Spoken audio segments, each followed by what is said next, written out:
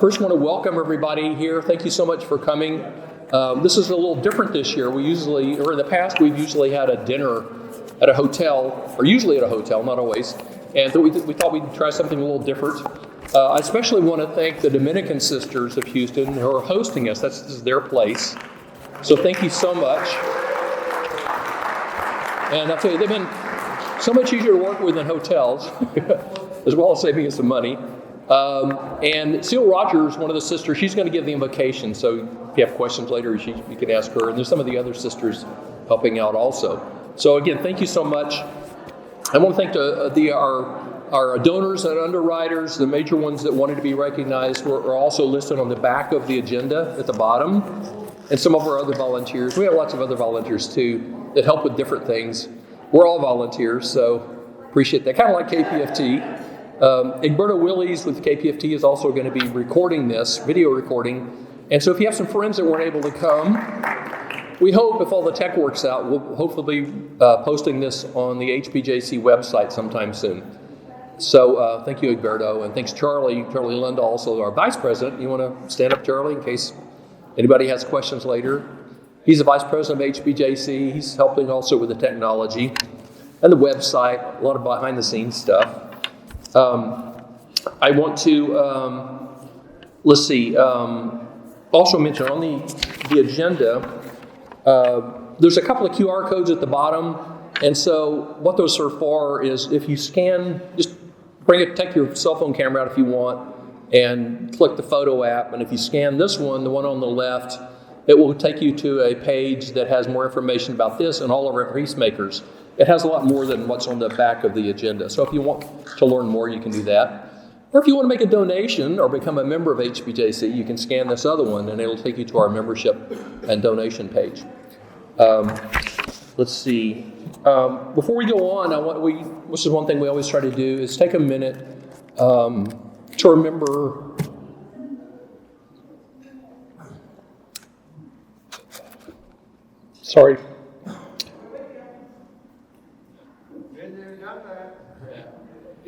to remember, people deceased, peacemakers, activists who have, done so much.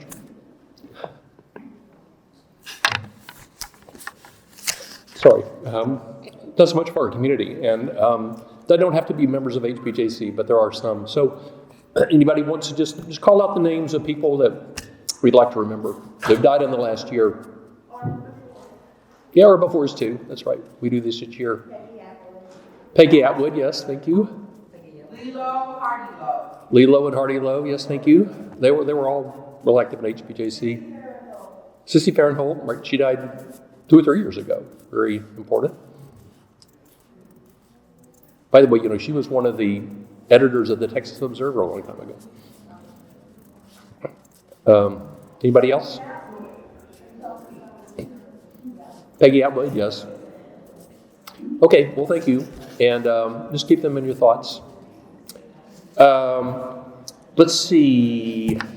Let me go ahead and introduce Seal Roger. She's the person that made the announcement earlier about using non-disposable, non-plastic stuff for all the food. So that's the commitment we have to an environment. We really try to avoid disposable plastic stuff, and I hope everybody is doing that too, but really appreciate that. Because we all have the responsibility to future generations to help reverse some of the bad trends that, my generation has, foisted on the environment. So Sister Seal, do you want to come up and give us the invocation? Well, during the planning, I was asked to do the invocation for today. And so we gathered this afternoon as people of goodwill from different faiths, backgrounds, and beliefs, knowing that our troubled world is possible to have peace. We are here today to honor this year's Peacemakers with the HPJC Award that we have given out annually for a number of years. And as we strive to be peacemakers, this year's Peacemakers are a proud example of what it means to be peace to one another. But when I sat down to reflect on what I was going to say this morning or this afternoon, I kept all the conflicts and wars that are raging on around us were just, how do you address those in a single prayer? I struggled because when I live in this world and I pick up the daily newspaper and I look at the headlines, my prayer is, oh my God, help us. At the same time, realizing that God is not responsible for our wars or our conflicts. We are, and it is up to us to change them. But I sat down with my little book that is called Prayers of Peace, and I happened upon this Sufi prayer, which I'm going to offer to you now. Send thy peace, O Lord, which is perfect and everlasting, that our souls may radiate peace. Send thy peace, O Lord, that we may think, act, and speak harmoniously. Send thy peace, O Lord, that we may be contented and thankful for thy bountiful gifts. Send thy peace, O Lord, that amidst our worldly strife, we may enjoy thy bliss. Send thy peace, O Lord, that we may endure all, tolerate all, in the thought of thy grace and mercy. Send thy peace, O Lord, that our lives may become a divine vision, and in thy light all darkness may vanish. Send thy peace, O Lord, our Father and Mother, that we, thy children on earth, may unite in one family. Amen. I forgot to mention that we also, we've been doing these Peacemaker Awards for, I think, 21 years. This is the 21st. And so if you'd like to see a list of all the local and national ones, you can go to our website again, hpjc.org. And there's a tab up at the top in the menu called About HPJC. And under there, there's an item called Peacemaker Awards. You can look at that. It's got pictures of the National Peacemaker Awardees, and it lists all the names of all the national and local ones. But we've had quite a few. And Sissy Farrenhole is one of the names mentioned earlier. She was one of the ones that received a Peacemaker Award also, and we have a lot of others. Okay, I'm going to introduce Daniel Cohen. He's with Indivisible Houston. He's going to be our Master of Ceremonies today and do most of the other introductions. And I hope he'll say a little bit about his organization, Indivisible Houston. They do a lot of good work too, and we have so many great local organizations, and so I want to thank what they're doing as well as what all of you are doing too.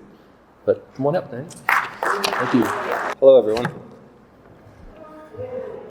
Let's see. How's this? Okay, great. It's lovely to see all of you. The last time I was at a Houston Peace and Justice Center function such as this, there was a 4.5-foot Bernie Sanders that everybody was taking pictures with. I gotta say, I miss miniature Bernie a little bit, but it's still a lovely room to be in, and it's nice to see all of you, and it's nice to meet the folks in here that I haven't had the pleasure to meet too. So I can't wait to meet anybody who I haven't had a chance to as well.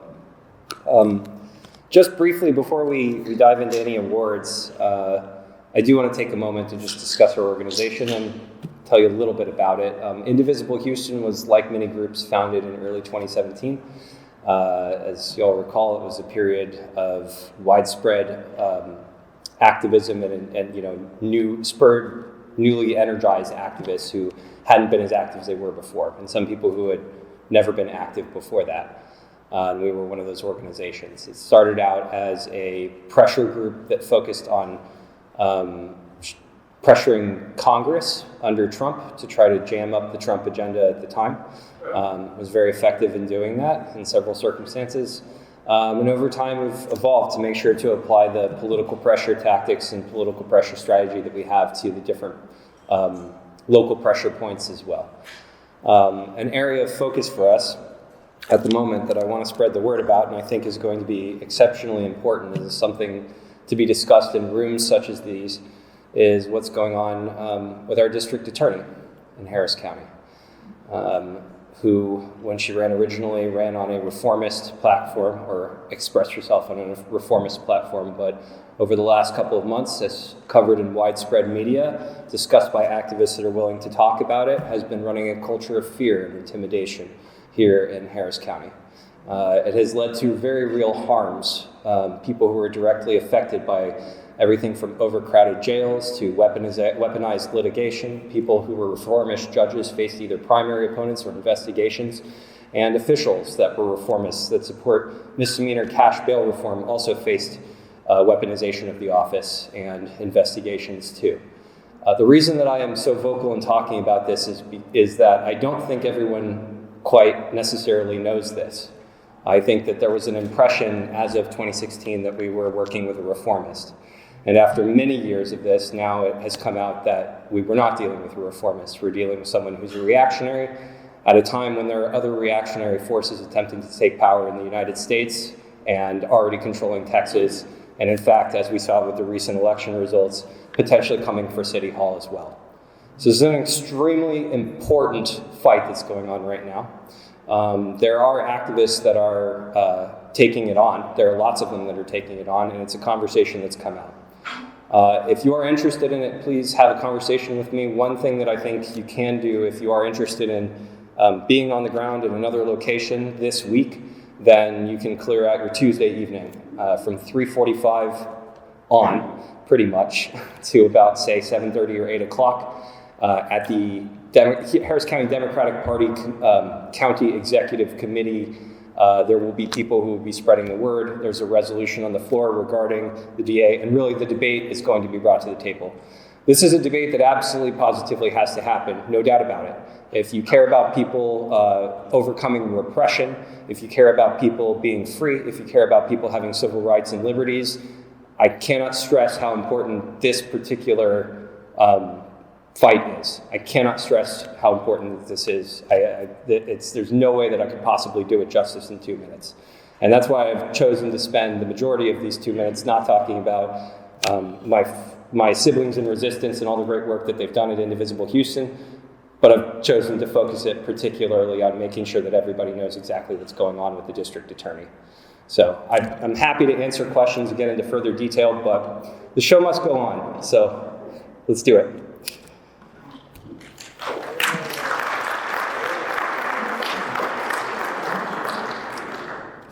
Something I neglected to do is just to say thank you very much to the Houston Peace and Justice Center for having me as the embassy. Thank you very much to Bill. Thank you to everybody here who's done such great work over the course of your lives as well. So just want to make sure to acknowledge that. You're all heroic to me. Our first award presenter will be Chris Valdez from Houston in Action. I'm going to call him up to present our very first award.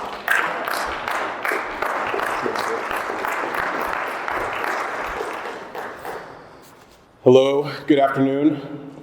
Thank you, Daniel, for the introduction and for the fight that Daniel and I go way, well, back to at least the start of Indivisible Houston, and it's always at the front lines, and deep appreciation for all that you do, Daniel.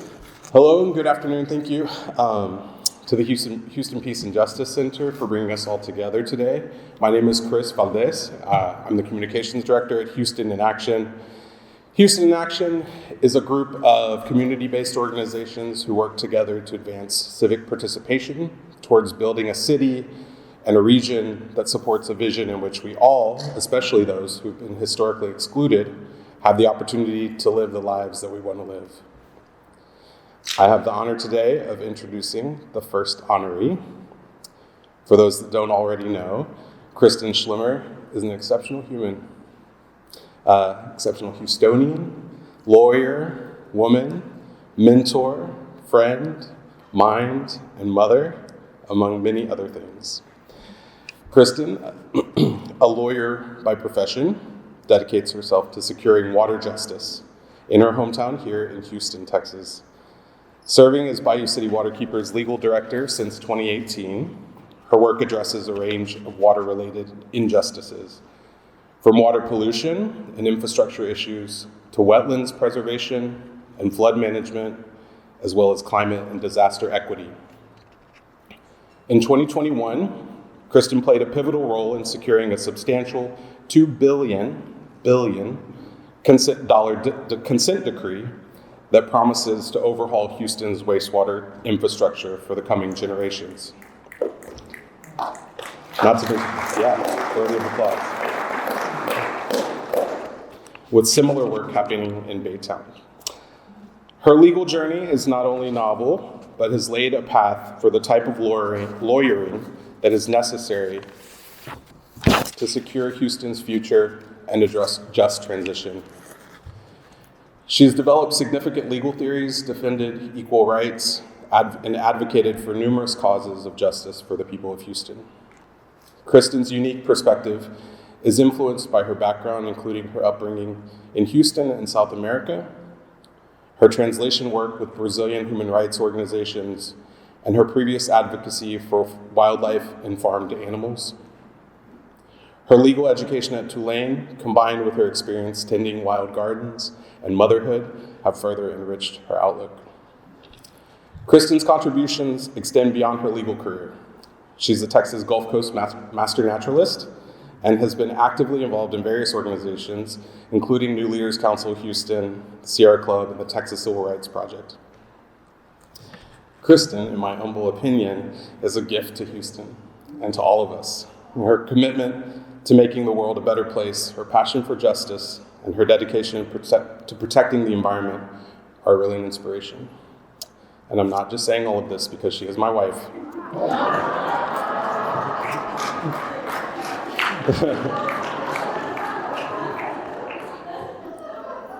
But no, surely Kristen is remarkable, and her achievements deserve today's recognition, as do her delightful spirit, creativity, and justice seeking, all which shine brightly as symbols of not just very, very necessary peace, but liberation and justice. Kristen Schlemmer.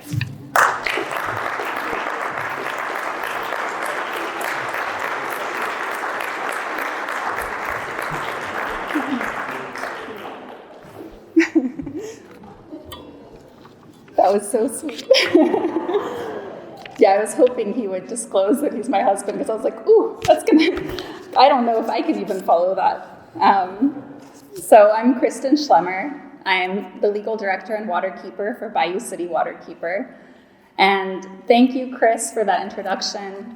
Thank you to the Houston Peace and Justice Center for hosting us today and for selecting me as a peacemaker. I'm very humbled by this. And I'm humbled and in awe of the other, or by and in awe of the other awardees today, Jocelyn Griffin, Lorena Perez Miguel, and Texas Observer. So what does it mean to be a lawyer working toward water justice in Houston, the Bayou City?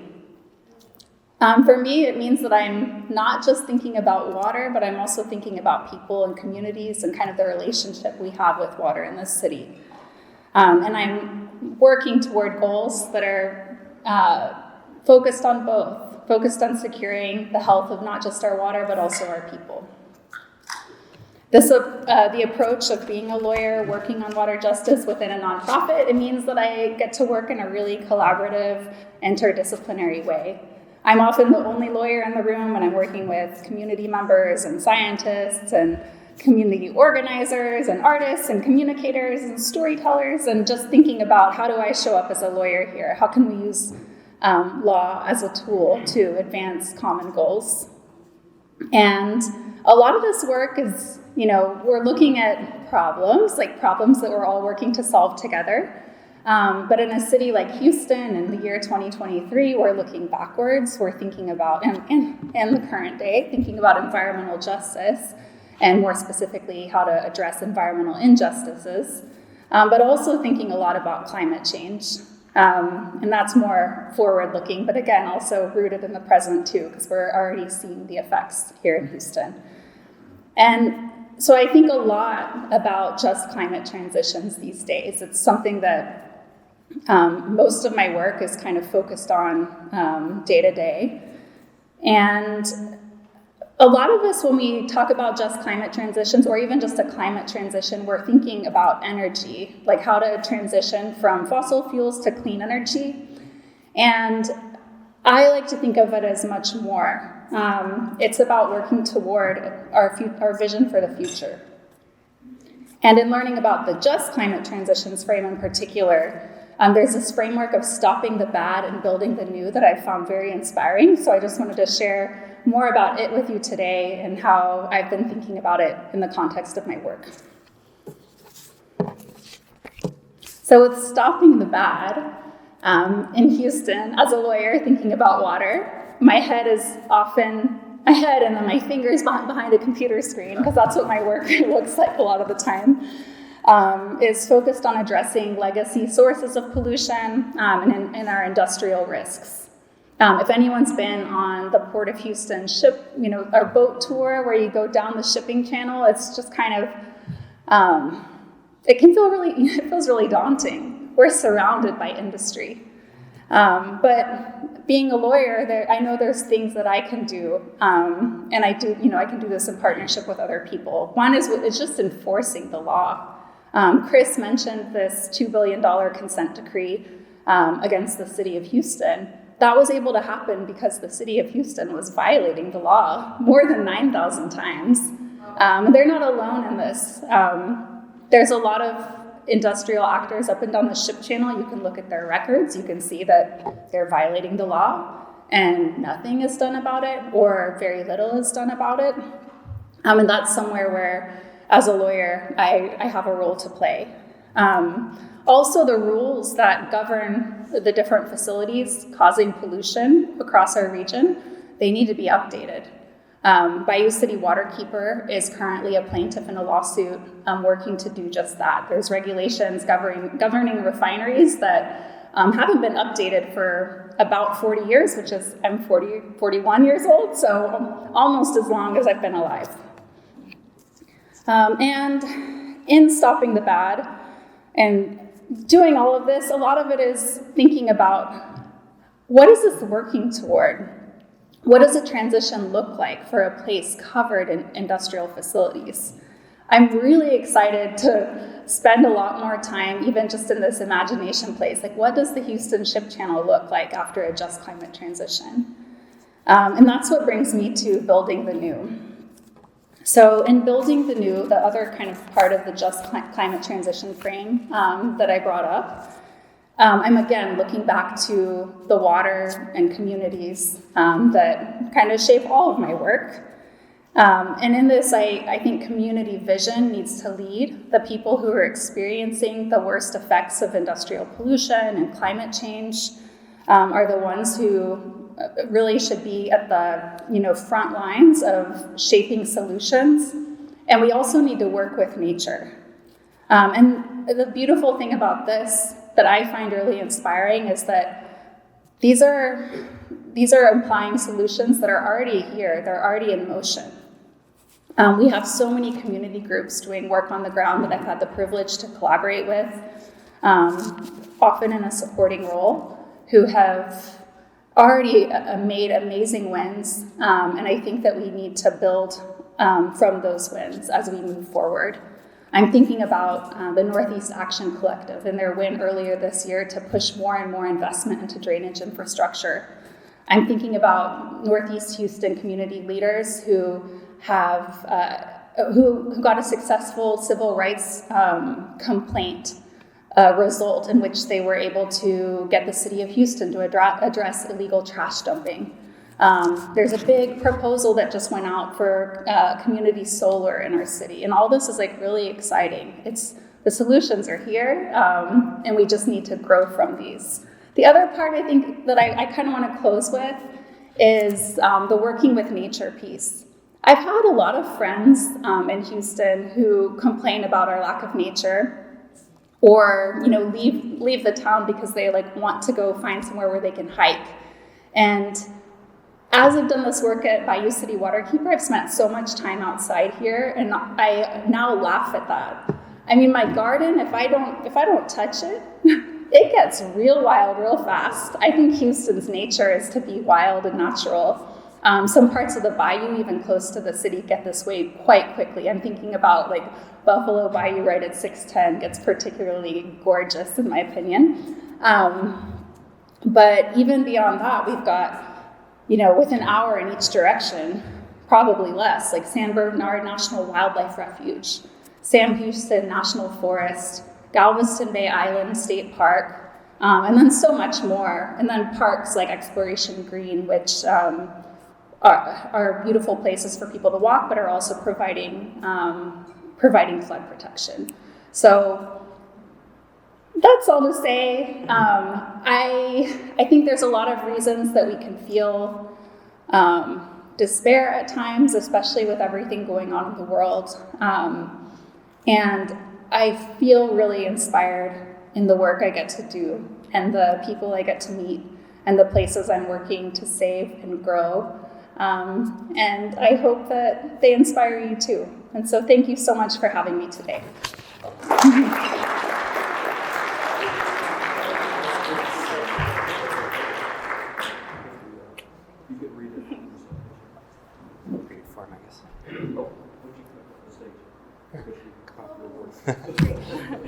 Presentation. Oh.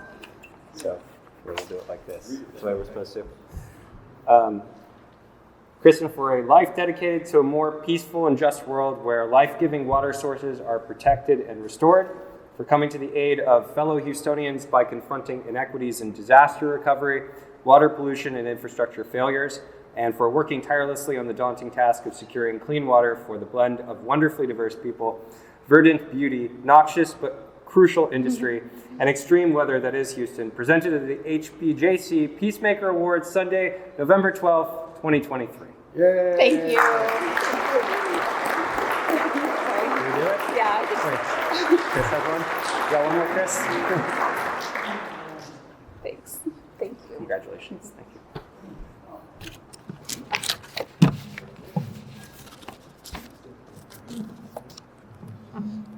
All right, to present our next award, I'd like to call up former HPJC President Jeff Reese.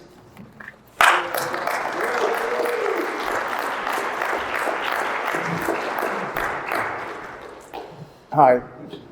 I have the honor of introducing our next Peace Award recipient, Ms. Jocelyn Griffin Lee. And for those that don't know, I had a career with the Harris County Sheriff's Department for 26 years before I came to the peace and justice side. Now, for me, I didn't change sides, but that's not what they might say, and that's okay. But I met this remarkable person and a remarkable family in the midst of a horrible, horrible thing. And so he asked me not to say too much, so I'm going to let her tell her story. But if you could, Ms. Jocelyn Griffin Lee, would you come up here and introduce yourself to everybody?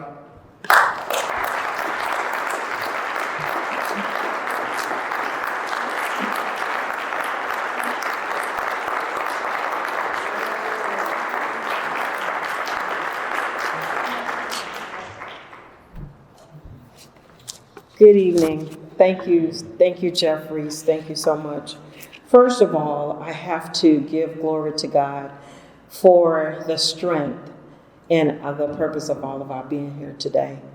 And to this marvelous organization, I thank you for being one of your recipients this year, along with Kristen and Lorena. I am Reverend Jocelyn Griffin, and my son, Evan Lee, was murdered in Harris County Jail in March of 2022. Well, I took every single pain that I endured and turned it into a marvelous purpose. And with that purpose, I started to have what you call Zoom healing meetings. And it's just that, just to have some space for those who are dealing with the same story. And our loved ones are more than just a story. But as I continued to wake up without my son, I felt there was a need to step out and speak up.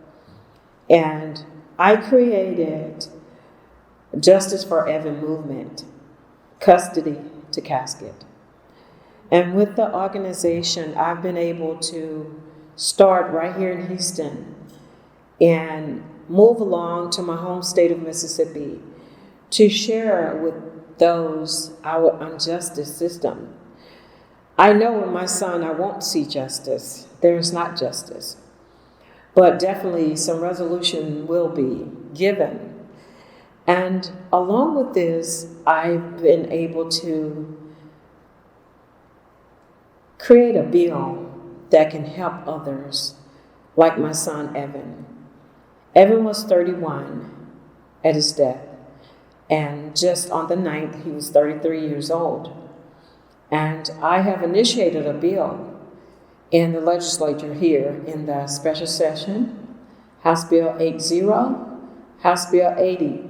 This will protect those that are mentally ill, along with an outside agency to help the Harris County jail system with their flaws and their standards, their policies. They've been out of their standards and policies since 2017 until today as we speak. So myself and many supporters and families, we have been lobbying the Capitol in Austin, from the jail standard commission meetings to testifying on other bills. And we have made a difference. And it's only been a short time.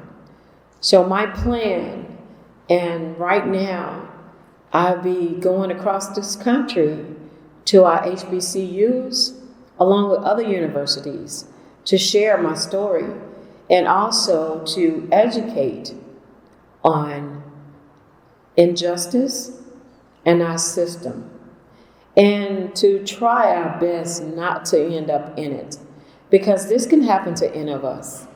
It can happen at anyone's address at any moment, from anything happening. And the worst thing you want to be is to be caught up in the system. My son, with the error in the system and losing his life, I will never ever get past it. But to know that the system is changing to help the next generations to come, it gives me peace and justice. And to receive this award, it makes me feel a little bit stronger to be able to carry my torch a little bit further down the road. And as I visit my home state of Mississippi last year for Evan's year anniversary of his death, to stand on the memorial of Emmett Till, it brought back so many memories, along with today and 2022 and 2023, the changes that have came, and unfortunately so many lives that have been taken and so much blood has been shed. But there has been a difference, there's been a change. And my prayer is that the Harris County Jail, the changes in Houston, that there be a dramatic, there is a systemic culture in the system that I recently found out. But the good thing is they are listening and they're trying to make a change. And the Harris County Jail, I know, is not a castle or a safe haven for anyone. I don't want to make it that either. But I do want it to be, if you're mentally ill, you're detoured and not detained, and being vulnerable of those that's in there, with the normal generation that's in there and the normal population that's there. I think a person that's mentally ill, they should not be detained, period. Because there's an illness there, and they're just actually going to be there to hinder themselves or someone around them. So also with the Harris County Jail, year after year being overpopulated and understaffed, it's been said year after year, But in the last meeting, on last week, Thursday in Austin, they gave them a nice slap on the wrist to take away their funds and also outsource the jail, taking the human beings out of there and taking them to another state. No, I'm not for that. Why? Because those that are being held in the Harris County Jail, they're awaiting their day in court. And it's just a holding facility here in Houston. It's not any place, it's not a prison, it's not a permanent house. And so many policies and their standards have been broken. And it's been my pleasure to be able to be there, to give my input. And the good thing is that they have someone here in the state of Texas that is able to listen and willing to accept your thoughts and everything that you feel that needs to be happening here with our loved ones. Not only the bad thing, but the good thing. Since this happened to my son, I've been advocating in the community of Harris County along with Fort Bend County, my home county. And I myself as a facilitator at the first participatory defense hub in Houston. And this is an organization to help those that are wrongfully committed or convicted to probations, incarcerations, whatever it may be. But we are here as a community just to help out, because everyone does not deserve to be incarcerated. I feel like it's a great punishment phase here in the United States, but unfortunately, everyone that's behind the bars are definitely not supposed to be there. And we've been able to successfully show just that to be true, that many of them are there because they're not able to afford their bond. There are some there mistaken identity. And this organization, we were able to help people like that. And I've saw and witnessed so many that we've helped, and they've gone on and got married and gone on with their lives. And so it's a good thing for the justice along with the peace as well. Thank you. Thank you so much. One more thing. With this organization, Justice for Evan, Custody to Casket, I feel that no custody should balance to a casket.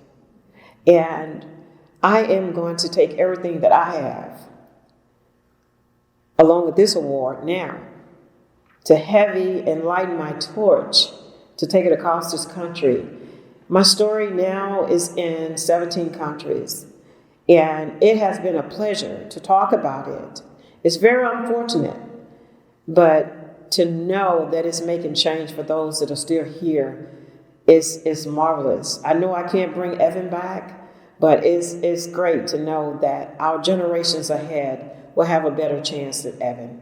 Thank you so much.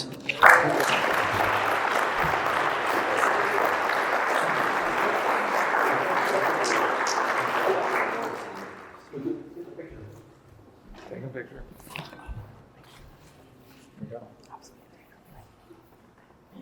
Please read the citation too. Yes, we'll get by the, here, I'll make sure everyone hears.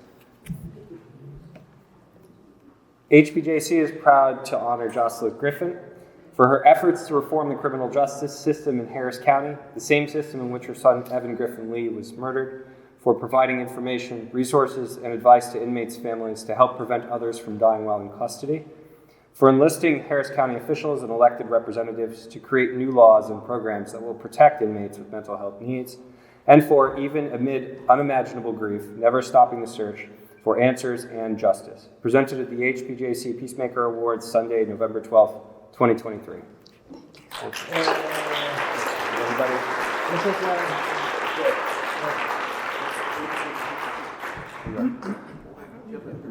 Man, they want me in there for some reason. I don't know. No, you stay. It's okay, I'll stay. Here, go ahead. Joe. Here. To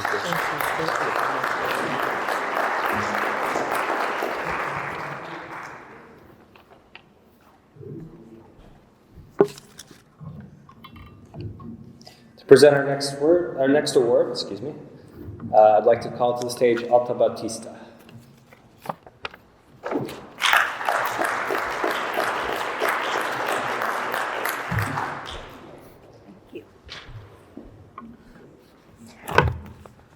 Good afternoon, everyone. I feel very honored and very proud to present my cousin Lorena Perez McGill, who is the founder of Perez McGill Law Firm. It's an immigration office. She represents people who are from different countries, especially Latin Americans, who came to this country and come to this country looking for representation and looking for protection from their country. So please receive our beautiful Lorena Perez McGill.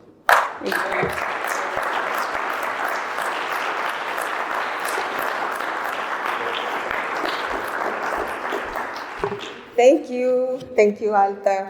Thanks to the Houston Peace and Justice Center for this award. I feel honored. Thank you, Cyberchuck, for nominating me.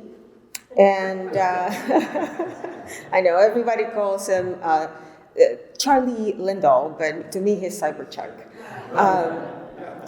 And thanks to everyone who's here today, because the fact that you guys are here today on a Sunday afternoon and a Sunday evening means that you guys care about what this institution does. And everybody cares about peace and about justice, and you who are here especially. When I got the nomination, my husband chuckled because, as he said, whenever he thinks of his wife, the last thing he thinks of is peace. But nonetheless, here I am. I want to make this a little interactive. It's, I know, my acceptance speech, but I want you guys to participate. Raise your hand if you're an immigrant. Now, keep it up. Raise your hand if you are the descendant of an immigrant, whether they were brought or whether they had to because of, see? Okay, no hands are down at this point. This is a country of immigrants, and for some reason, we seem to forget that. And what we do is post labels on people so that we can hate them. You know, it's easier to hate people when you post labels on them. Now, Bill Crozier, and thank you very much for this award, encouraged me to tell you all about what we do, the work that we do, what immigrants go through when they come to our system, how our government policies make things so difficult. Sorry, I'm not going to do that because I'd keep you here for days, and I'm not going to do that to you. What I want to do in accepting this speech is raise your awareness as to three things. Usually 3 things worked when I was going through law school. It's like 3 things you can remember. Number 1, Texas. Our state continues to grow demographically. And it's not because we're having more babies. Okay? No. It's because we're getting more people entering our state. Okay? That's an easy one. Number 2, our U.S. Code addresses immigrants who seek either a remedy or some sort of protection in the United States because they are fleeing abuse, because they are fleeing persecution. And guess what? Our U.S. Code, and look it up, it is 8 U.S.C. Section 1158. It says any alien, they refer to them as aliens, not as illegals, like we like to call them here.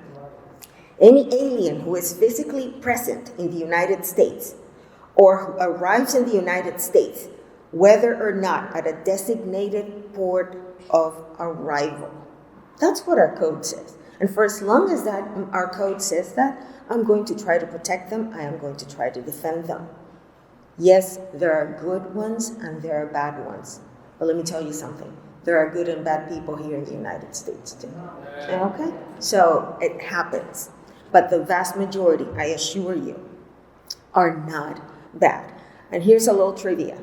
Almost half of the illegals who enter the United States did so legally.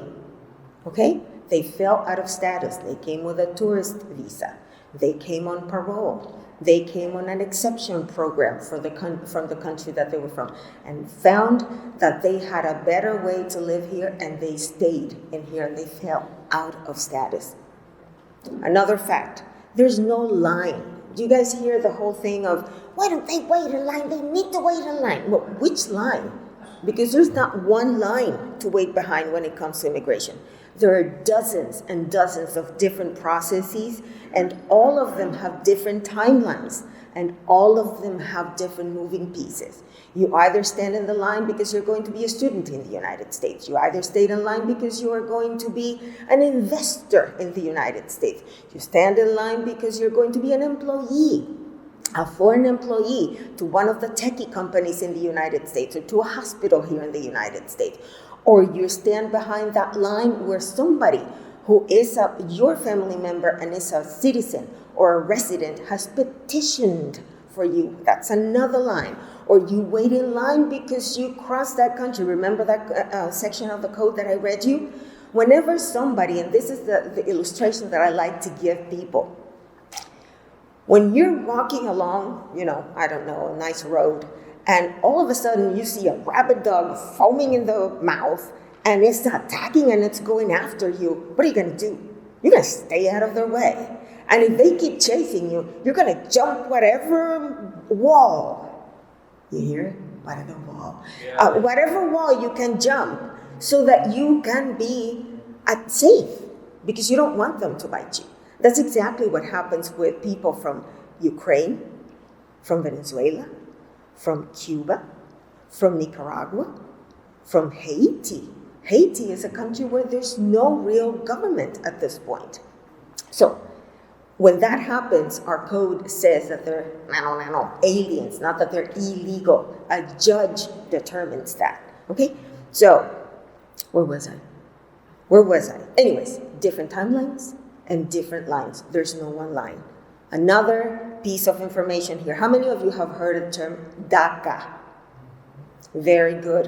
So I don't have to tell you what DACA is. DACA recipients have to have a spotless, clean record. Spotless, clean criminal record. Because if they don't, they lose that status. Did you know that? Well, now you do.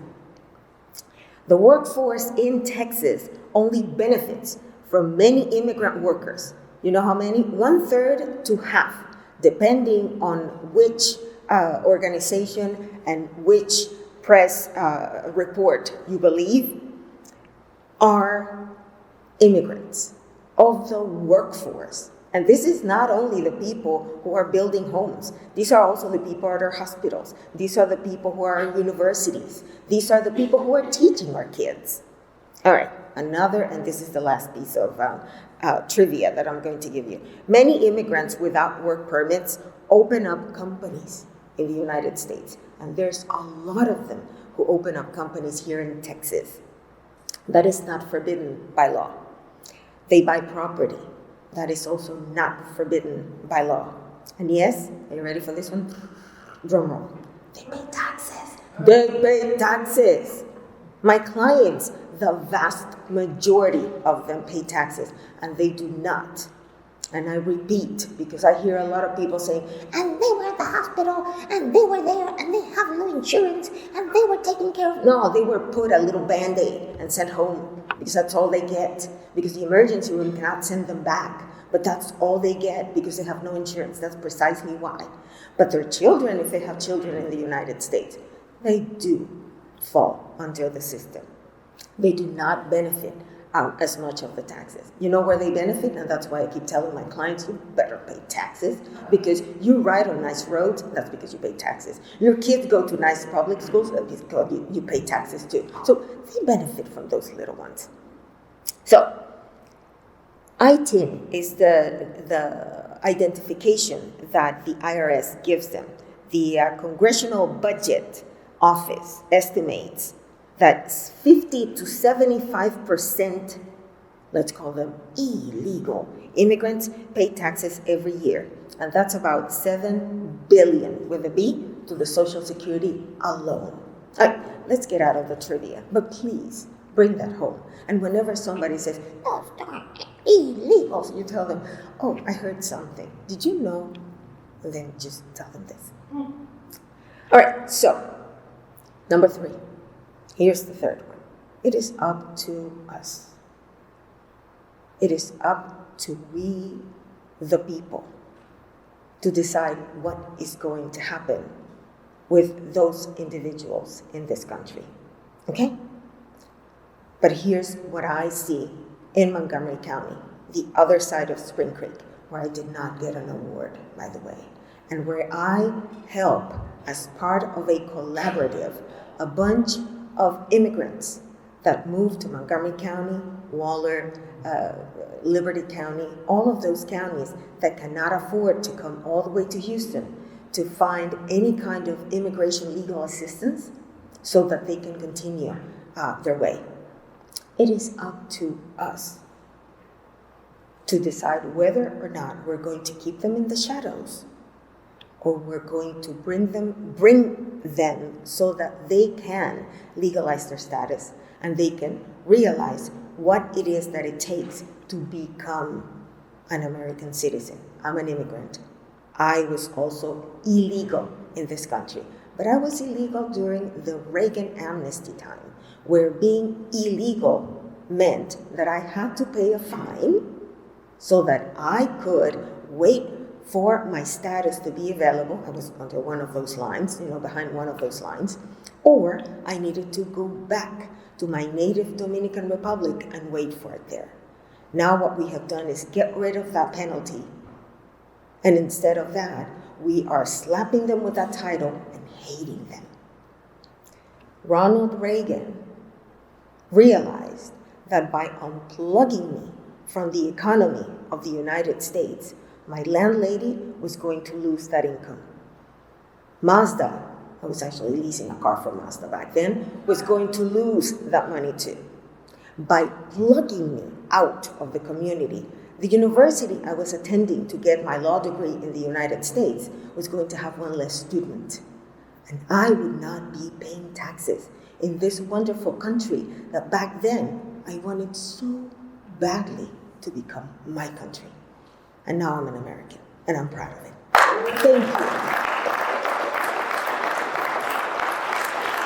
Thank you. Thank you. I wanted to say one last thing, because this is not only, immigrant work is what I do, and I help people in Montgomery County as much as I can, in Harris County. Send me people, it doesn't matter, we will help them. Clarence Brandley, who knows that name? Okay. Clarence Brandley, for those of us who don't know who he was, went through our justice system. And when I say our, I mean Montgomery County. He was tried 4 times for a crime that he did not commit. 3 times in Conroe. 1 time in Galveston, and then finally in Galveston was when he was not exonerated, but it was found that what had happened, and this is what the judge said, was an aberration of justice. To this day, he has not been made justice to. He died in 2018 of pneumonia because he was so poor, because what we did when he got out after 10 years of death row in Huntsville, for a crime he did not commit, was we slapped him with arrears payment for child support. Because during those 10 years, he had not paid it. I wonder why. He died in 2018, 3 months after it was found that the then sheriff back in the 1980s had exculpatory evidence for his case in his garage. That's my Montgomery County people. Help us. Thank you.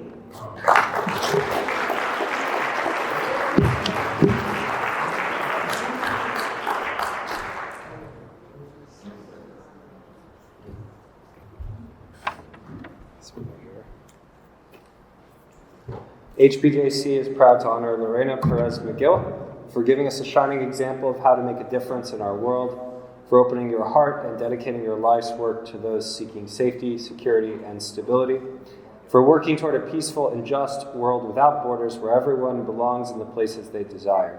Presented at the HPJC Peacemaker Awards, Sunday, November 12th, 2023.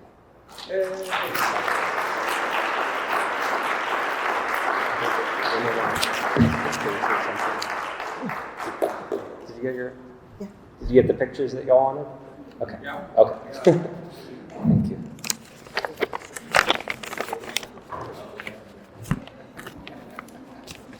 We've moved through our local Peacemaker Awards. We're now at our National Peacemaker Award. And I would like to call up a friend of Jeff's, Susan Young, to present the next award. Thank you. And that's a friend of Bill. I'd like to be a friend of Jeff, but we're not that yet. And also, let me just say that generally I blame Bill for many of the things that that torture my progressive efforts.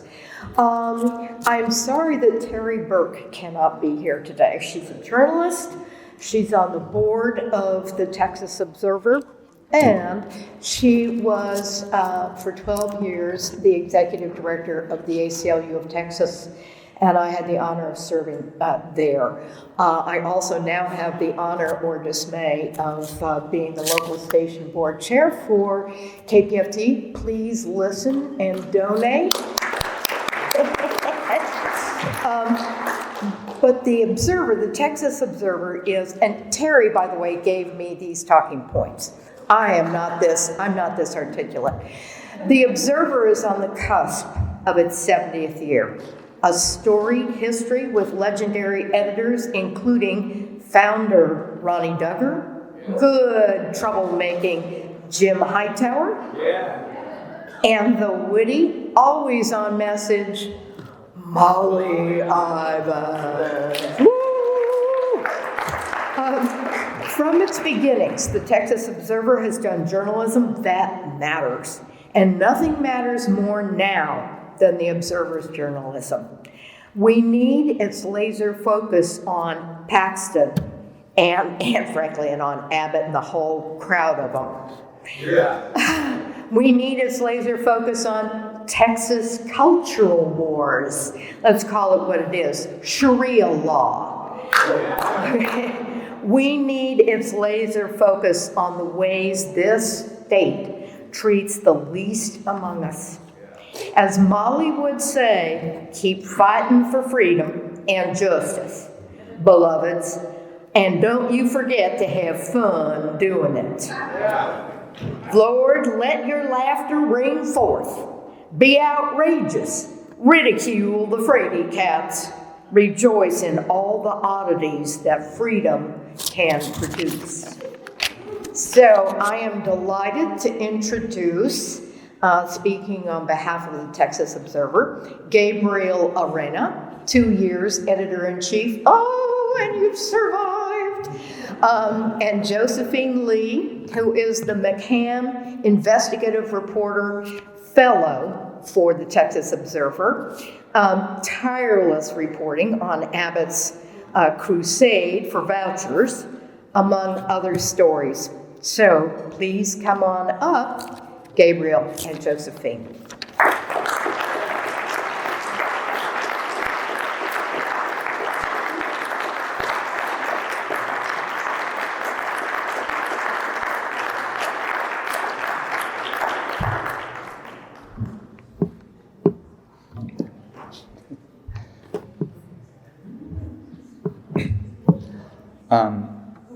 Like Lorena, when Bill reached out about honoring the Texas Observer with the Peacemaker Award, my husband said, nobody's ever accused you of being a peacemaker. That's being too literal, of course, as the Houston Peace and Justice Center's work in domains like education, grassroots mobilization, and lobbying shows, promoting nonviolence is about more than one thing. Journalism helps us bear witness to injustice by telling stories that humanize our fellow citizens. To have peace, you need empathy. I want to talk about why I love journalism and how badly Texas needs the Texas Observer right now. But first, I'd like to say how honored the staff of the Observer, including Josephine and me, are by the Peacemaker Award. I think of journalism as a high-minded enterprise, as central to democracy, but the day-to-day work isn't always glamorous. At another progressive magazine in Washington, D.C. that I worked at, called The American Prospect, the interns used to help with fact-checking, which is like a crash course in reporting in reverse. At the end, I asked one of the interns, a Latino young man from Fresno, if he wanted to go into journalism. He said very decisively, journalism is way too much work for too little payoff. He now works in PR in DC and is very happy. Not every story changes the world. Sometimes you write a big story and few people read it. Sometimes you expose injustice and it gets attention, but nothing happens because the clowns in the legislature are too busy banning critical race theory and criminalizing drag shows to force companies like Tesla or the US Postal Service to protect their workers from heat death.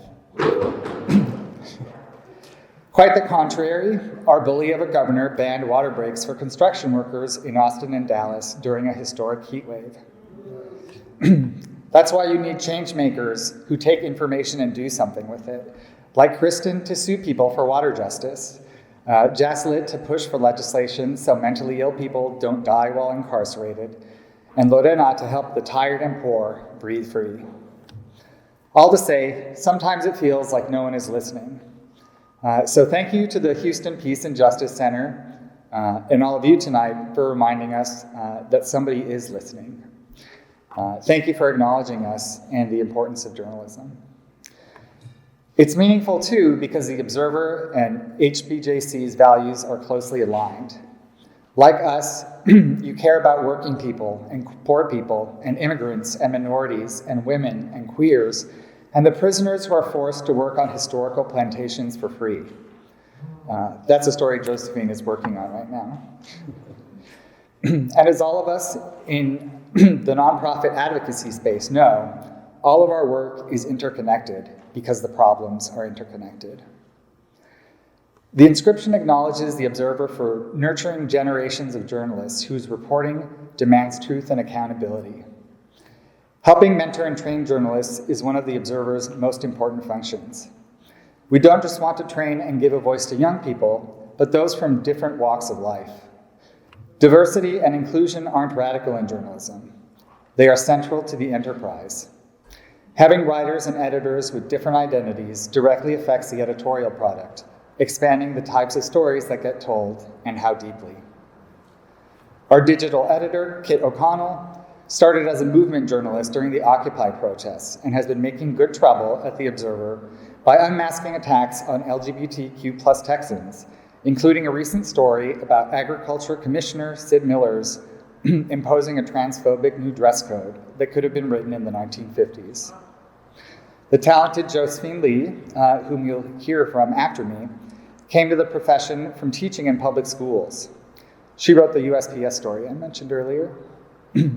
As our David McCann Fellow, Josephine has been bravely chasing extremists, covering attacks on public education, and helping tell the stories of Texans like 11-year-old Brownsville honor student Timothy Murray, who reported his principal for bullying and, 5 days later, ended up in solitary confinement. Really, Josephine is a superstar. Go read her work at texasobserver.org. Thanks for the plug. I could brag about my brilliant colleagues all day. The editor-in-chief gets to accept the award, but the Observer is a collective and collaborative enterprise, and it is the reporters who do the most important work. The best stories don't come from me, but from those talking to sources who are plugged into the communities they cover. Again, thank you on behalf of all of us at the Texas Observer for the honor. The acknowledgement is also special because in March, after 69 years, the Texas Observer almost went under. Our patron saint, Molly Ivins, helped embellish our brand as a scrappy muckraker by glamorizing the poverty of the publication's early days. The Observer, Ivins wrote, was so poor that the business manager slept under the addressograph and the reporter stole pencils from the governor's office. For 6 years, I lived below the poverty level and had more fun than the law allows. I had to look up what an addressograph was. Karen Olson, who worked for the Observer in the late 90s out of college, wrote recently about our ordeal in the Bathler, another nonprofit magazine with a strong brand and good writing. Calling us the best little magazine in Texas, Olson wrote, "Texas Observer, legendary crusading liberal magazine, is closing and laying off its staff," read the headline. That was in the Texas Tribune. The nonprofit board that oversees the Observer had decided to suspend operations because the magazine had run out of money, which was bewildering news to anyone who'd ever been involved with the Observer. Hadn't it always been out of money?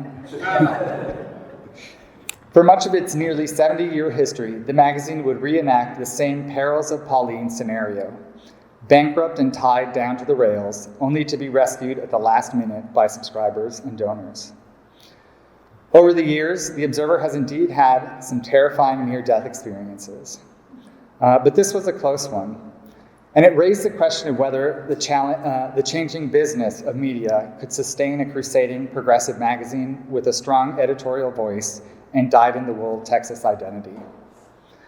Faced with imminent closure, the staff made a simple but profound request to the board. Let us try to raise the money we need. Let us try to save the place. If we can raise $200,000, one editor suggested, will you consider rescinding the layoffs? We sought advice, designed ads, talked to the press. Most important, our former managing director launched a GoFundMe that attracted an awe-inspiring $350,000 from over 4,500 people.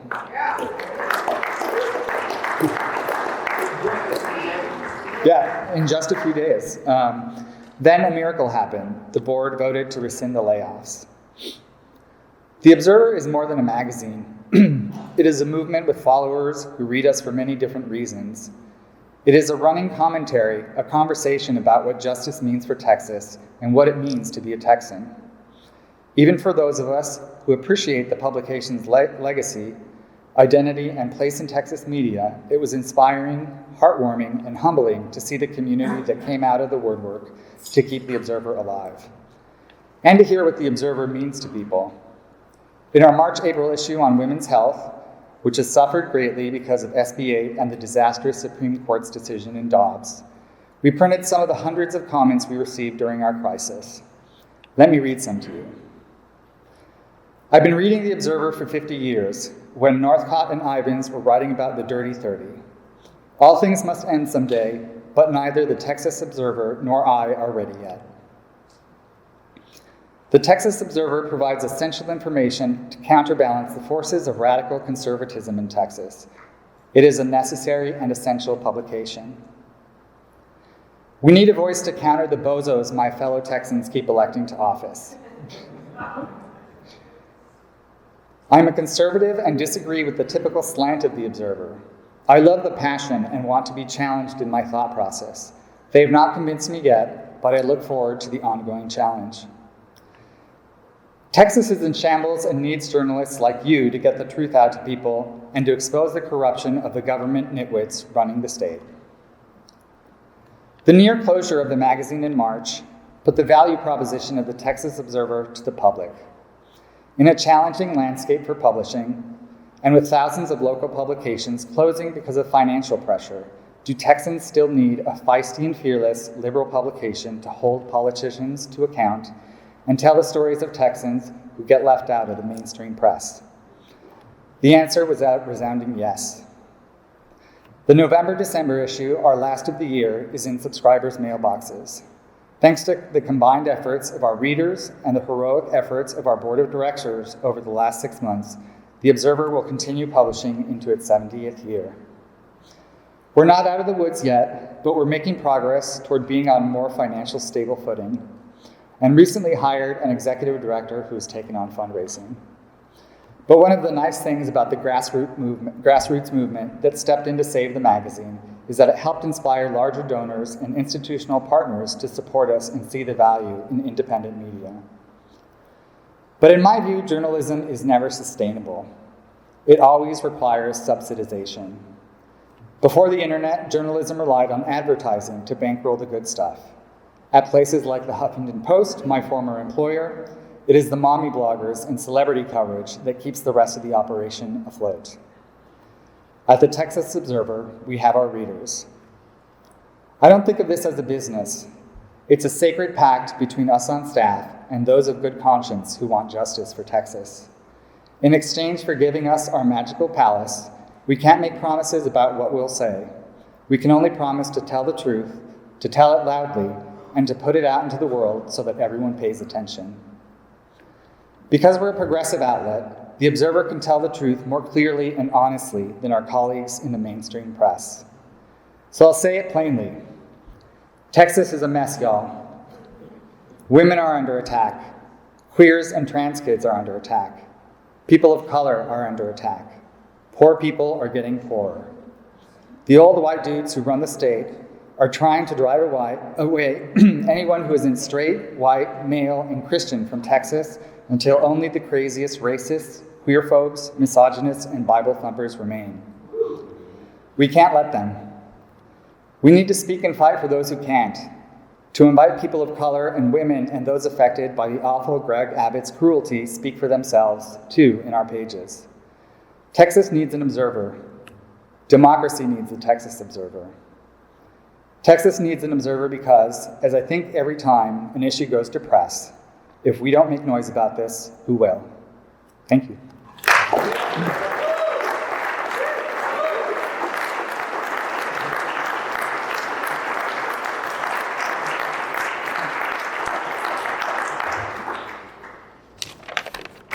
Hello, I'm a lot shorter. Hey, so my name is Josephine Lee. I am the McCann Fellow at the Texas Observer. I actually grew up in the low-income Chinese and Latino community in Sharpstown, just west of here. And my mother raised my sister and me on our own, cobbling together income from delivering newspapers, bookkeeping, and tailoring clothes. Food stamps helped a little, along with my paltry wages from working at the Dunkin' Donuts on Bel Air Boulevard after school every day. But living as a teenager, right before the turn of the century, we didn't think about creating change in our community. Our goal was to get out as far as we could and as fast as we could. But any illusions of social mobility quickly evaporated after I left for New York City and graduated from college there a few years later. The country faced one crisis after another: imperialistic wars, destructive hurricanes, economic crisis. The path to the American dream was diminishing for young people. It's getting harder and harder to escape. Younger Americans have less wealth, more debt, fewer economic opportunities than their parents did. So I came back to the community I knew in Texas with my husband and 2 young kids a few years ago and started working as an educator in the Houston Independent School District. Yep. Today, our working class communities are beset by attacks on multiple fronts. Wages have stagnated while the housing crisis and homelessness have grown. The number of uninsured Texans has increased along with the rates of maternal and infant mortality. We live in polluted communities while oil and gas companies squeeze record profits. The rights of women, Black and brown folks, immigrants, and queer folks are being stripped by our legislators as they attempt to criminalize efforts to address basic needs, to merely live and survive in the state. I went into education to inspire the younger generation to imagine a better future for themselves. I was inspired by the critical pedagogy of Paulo Freire. He was a Brazilian educator and activist who taught literacy to the poor so that they could break free of their economic, political, and ideological oppression. Freire once said, "There's no such thing as neutral education. Education either functions as an instrument to bring about conformity or to bring about freedom. Thus, I did my best to use the classroom to build the skills of students so they could fight for themselves and use their voices for change. A few months before I left teaching, 2 of my student journalists came under attack by a right-wing parents group who went after them after they published a story on the failure of Texas sexual education curriculum to include LGBTQ students. Circulating their attacks on social media, the parents group also went after students who started the Vaccine Health Club, the Feminist Club, and other student-led clubs on campus. Administrators admonished me for allowing my students to publish the article. Indeed, there is no such thing as a neutral education. In that instance, school leaders chose to bow to ideologues who did not reflect the perspectives and aspirations of the student population. I do not believe there is neutral journalism either. Journalism can either function as an instrument to bring about conformity or freedom. Purporting to be neutral, to have no stance, often tends towards merely reinforcing the status quo.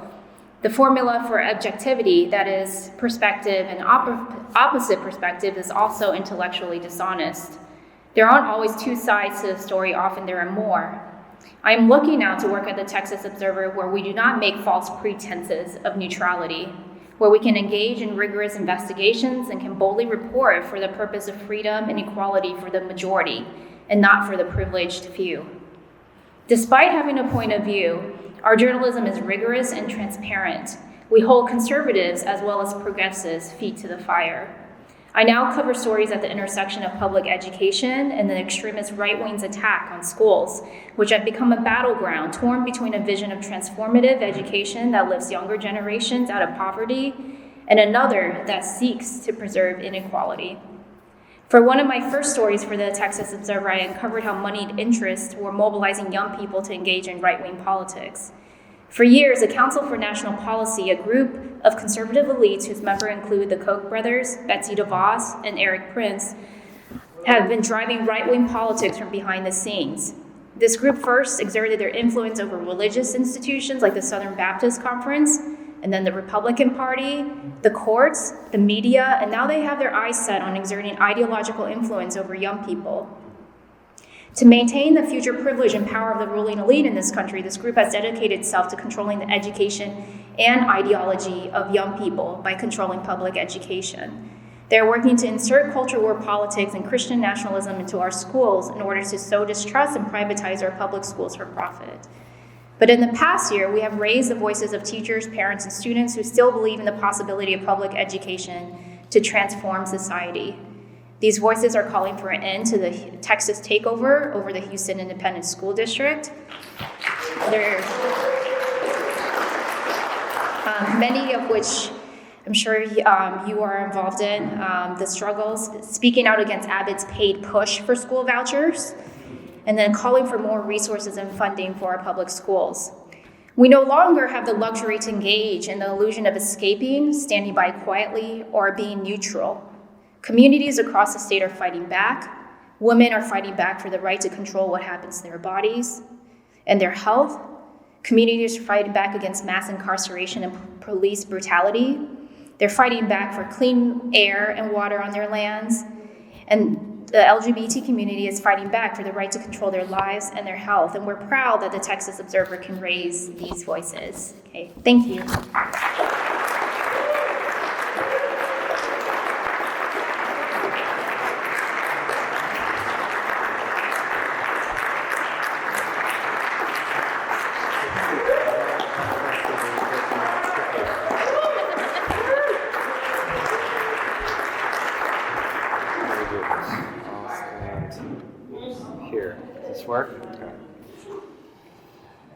Houston Peace and Justice Center is proud to honor the Texas Observer for nurturing generations of journalists whose reporting demand truth and accountability, for telling the stories of hardships and victories of workers, people of color, those poor and marginalized and queer folks, and for reminding the world that despite Texas's oppressive legislation and rash of ridiculous lawsuits, there are still Texans who cherish democracy.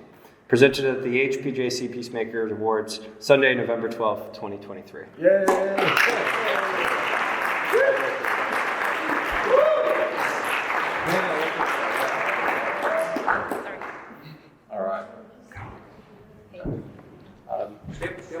sit for just a second. You can put the award over there if you want, or whatever. At this point, we're opening the door to a Q&A. So if anybody has any questions, which always end in question marks, feel free to raise your hand, and let's hear what our friends from the Observer have to say. There are microphones there and there. Oh, thank you. But we want to stay close to the thing right there. We're only recording. Yeah, right. Should I take it to the back?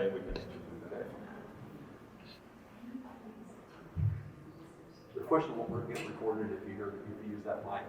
No, just for them to the mic. But the person can shut the person. If someone has a question, if someone has a question, come on up to the mic. Or you can repeat it. Or I can just repeat the question. Okay. Go ahead. Go to the podium. Go to the podium if you're here. Okay, I'll repeat it. All right, you're better. So, either one. Does anybody have a question? All right, I'm going to listen my best. I'm going to start with Ken. Who we contact to refer interns, students, people who want to go to work for us? Who do we contact to refer students, interns, and other people who would go to work for you? Any of the editors, all of our email addresses are lastname@texasobserver.com, and please do. Did you have a question? Mm-hmm.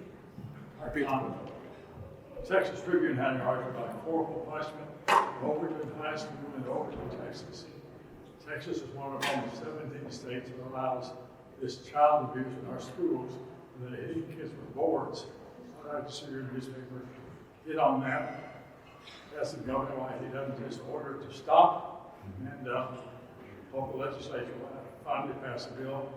Representative Allen's been carrying these bills for a number of years, but they have never passed. So it's time for Texas to get on board and stop beating kids with wooden boards in our schools. I'll summarize the question. That at Overton High School, there was a case of corporal punishment. And if I could summarize the question as, would you all be willing to shine light on the issue of corporal punishment in the schools and get Abbott to demand that it end? Yeah, actually, you said this was at Overton? Yeah. Yes. Okay. Talking here, and I'll do this. Does that work? Yes, definitely. I mean, I've done quite a few articles just about the harsh and excessive punishment, zero tolerance, right? That is basically feeding the school to prison pipeline, and I think that's definitely a story that belongs in that discourse as well. It's really child abuse in our schools, being kids with boards, and these big purses on their butts. It needs to stop. That's not allowed anymore. Yes, it is. Are there other questions as well? You're here? Yeah. You can speak in. Okay, I had a question.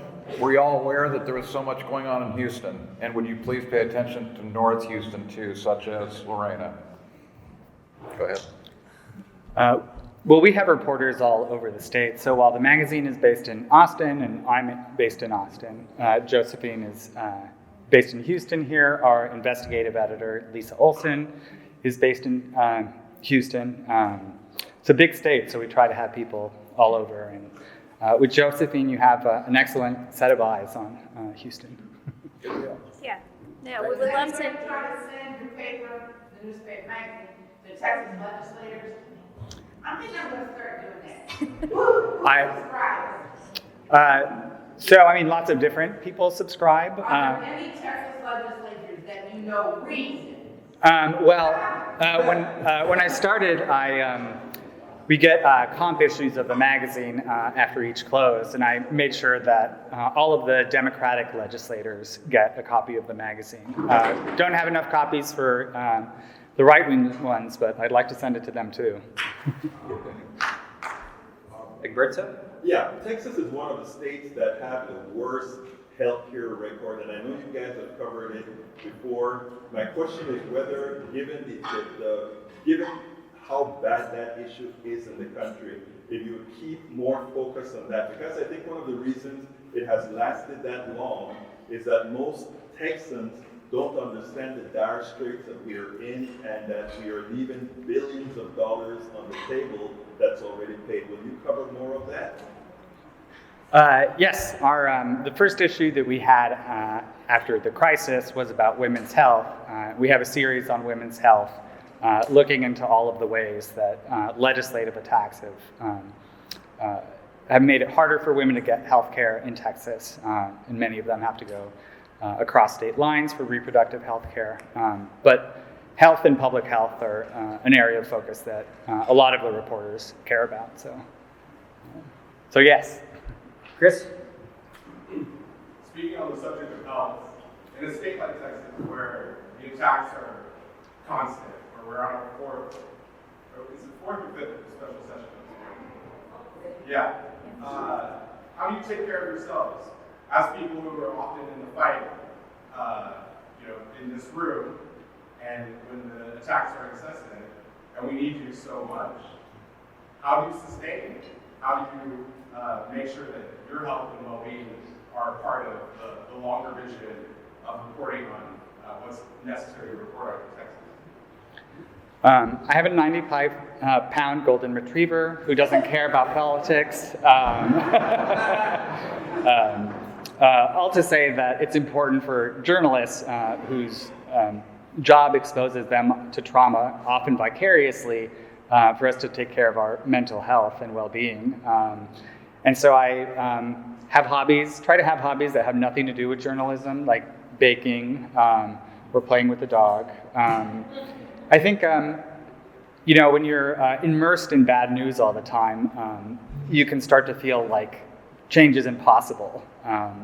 So I think taking a break from reading the news and engaging with organizations like the Houston Peace and Justice Center and talking to people who are making a difference, I think, it helps me not get depressed about the state of affairs in Texas. Yeah, just to answer that question, I think that's why it's important to also lift up voices of people who are fighting and providing and inspiring examples. And so, we would love to continue to hear the stories around Houston of, groups that are fighting. So, feel free to reach out. With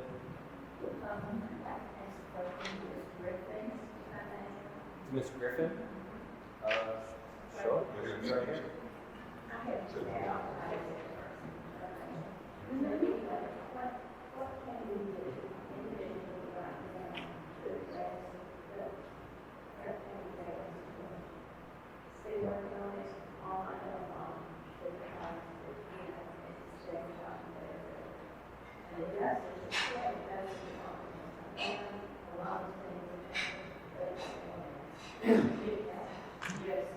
I'm sorry, just so that everyone knows, it's the question is, I'm going to summarize it, but what can we do to address the situation in the Harris County Jail? Just so everybody knows. Thank you, Dave. Since I started advocating, it seemed to work to communicate with the Texas Jail Commissioner, Brandon Wood, the Texas Jail Commissioner is Brandon Wood, and he is very receptive of your ideas, any information. He's very responsive to his emails as well as phone calls. If you're able to give him an email about whatever you feel about Harris County Jail, send it over to him. He would be very, very happy to receive it. And he has made many gestures about the Harris County Jail because it's a national eyesore as of today. If you notice around the city, the billboards, they have box trucks with a digital display on the back of them, and they're going across the country, and they have it on there, the Harris County Jail building. And unfortunately, for 2022, my son is one of those windows, they have painted in red. So it is a national eyesore right now, this moment. The Houston Harris County Jail system, it is, it's national. It's not only local. And I've gotten calls from around the nation, and this coming season with NFL, Thanksgiving Day, also the Super Bowl. they're going to interrupt me with my story. Sorry to all football watchers, but they want the world to know, and they want to change. And also, the Texas Jail Commissioner, he identifies that place needs to be overhauled, and he wants to start a new jail that's going to cost billions. But I object to that because they have a nice building here. That building can do anything by itself. It's just that. Sure. I'll just briefly mention I'd be happy to talk to anybody about the DA's role in overcrowding the jail as well while we're here today. Oh, yeah. Yeah, this is another question for the Texas Observer, and sorry to put you on the spot, but one of the things that's impressed me is how in-depth your stories are, and how you go beyond, the stuff you read in the Houston Chronicle, which I appreciate, and some of the other news. So give me us an idea of what's involved, how you differ from other news or outlets, and how much time does it take to do a story? I realize it varies. I'm just going to repeat it for the room just so everybody hears it. How do they go further in depth than other papers, and what's the process, and how much time does it usually take? So our journalists are freed from having to cover breaking news, day-to-day news. Sometimes we get called a paper. I like to call us a magazine. The distinction between those two, is kind of eroded in the age of the internet.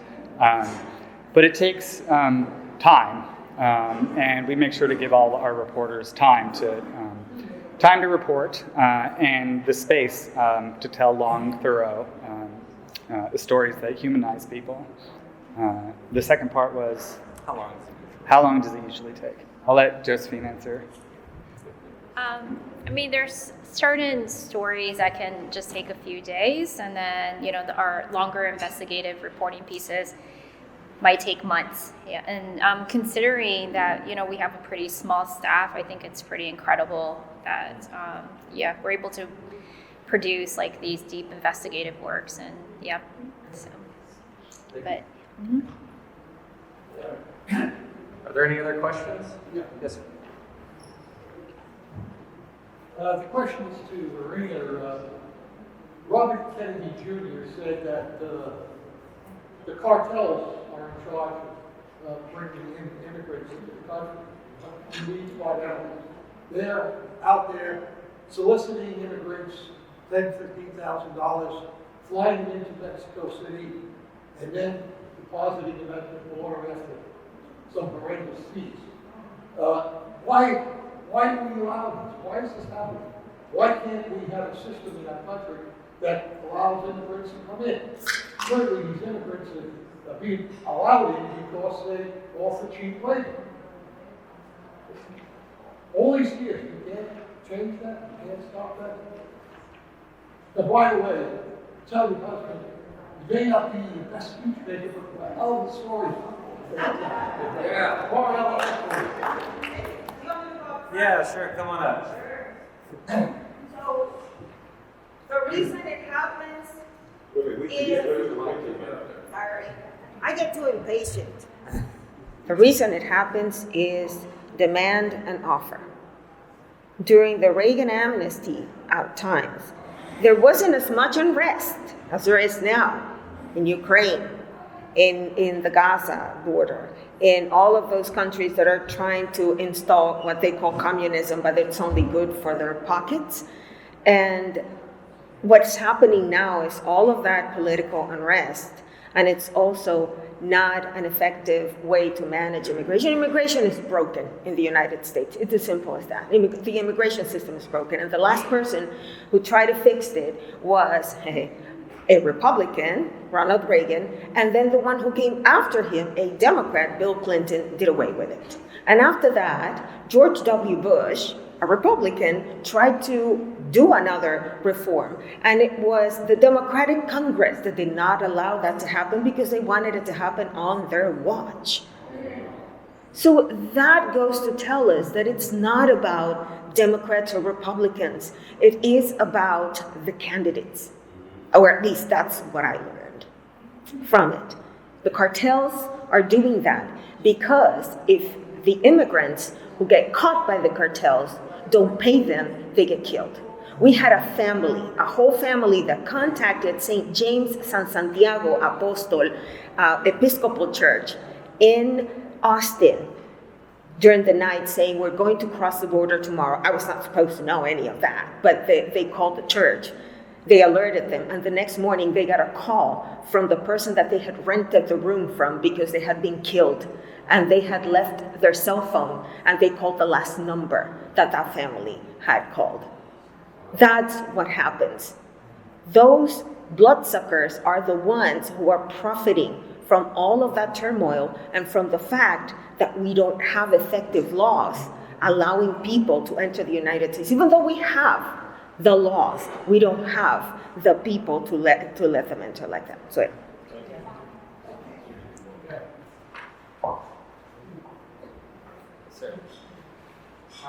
yes, I'm interested in a couple of issues. One is political, one is environmental. Forgive me if you've already covered it, but one is about a progressive challenger in District 7 to the incumbent for a congressional seat, extremely progressive person, Pervez Abdullah running for Congress. The second issue is happening in South Texas, and it's low temperature geothermal, which is very clean energy. It's already happening. They've got a low temperature geothermal plant running in South Texas. It's a company here in Houston, Sage Geosystems, that's basically using fracking technology to generate steam for geothermal energy. And it's another type of clean energy. It's going to be very easy. Texas, I don't know if you've covered it yet or not. Just to repeat it for everybody, one question is whether or not the observers covered the Democratic primary challenger in Texas' 7th Congressional District, and the other is whether you've covered geothermal power in South Texas. The first, yes. The second, we have not covered, but I'll lots of requests for coverage. It's always impossible to cover everything, but yes. Thank you very much.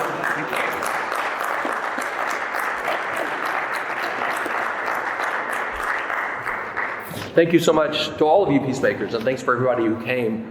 And by the way, Gabe and Josephine, if you want, we've got some bubble wrap if you want to take your frame certificate back with you, or we can ship it to you either way.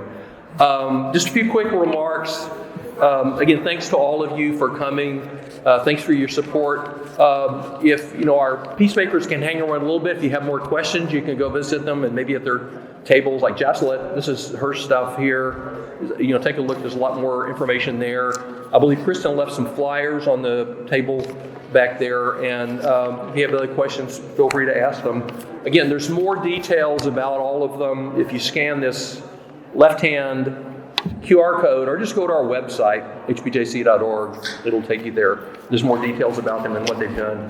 Also, I want to remind you that Egberto Willies has been recording this, and he also has a show on KPFT. I think I forgot to mention it. 6 to 7 a.m. weekdays. It's a talk show, call-in show about politics. He also has a blog podcast. So check him out. Wally James, who usually records the audio for this, for the show, The Progressive Forum on KPFT on Thursday nights at 6 p.m., was sick and couldn't be here today, but we recorded it for him, so he will be able to probably have part of this. And Egberto plans to upload the video once he gets through with some editing and get the audio and the video merged onto our website. So watch for that. So anybody who wasn't able to come, you can tell them. Also, let's see. I'll tell you just real brief about the Texas Observer. I learned about them when I was in college over 50 years ago. I started reading it, and I subscribed shortly after I got out of college and had some income. And I'll tell you, they really do serve a real big need. We've got lots of publications online as well as print.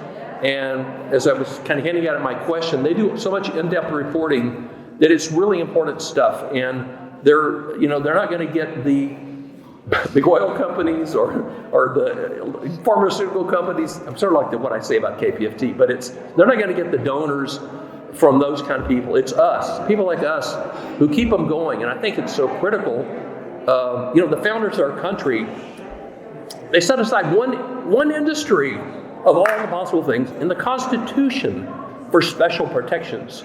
Remember what it is in the First Amendment? Freedom of the press. It's the only thing like it. And,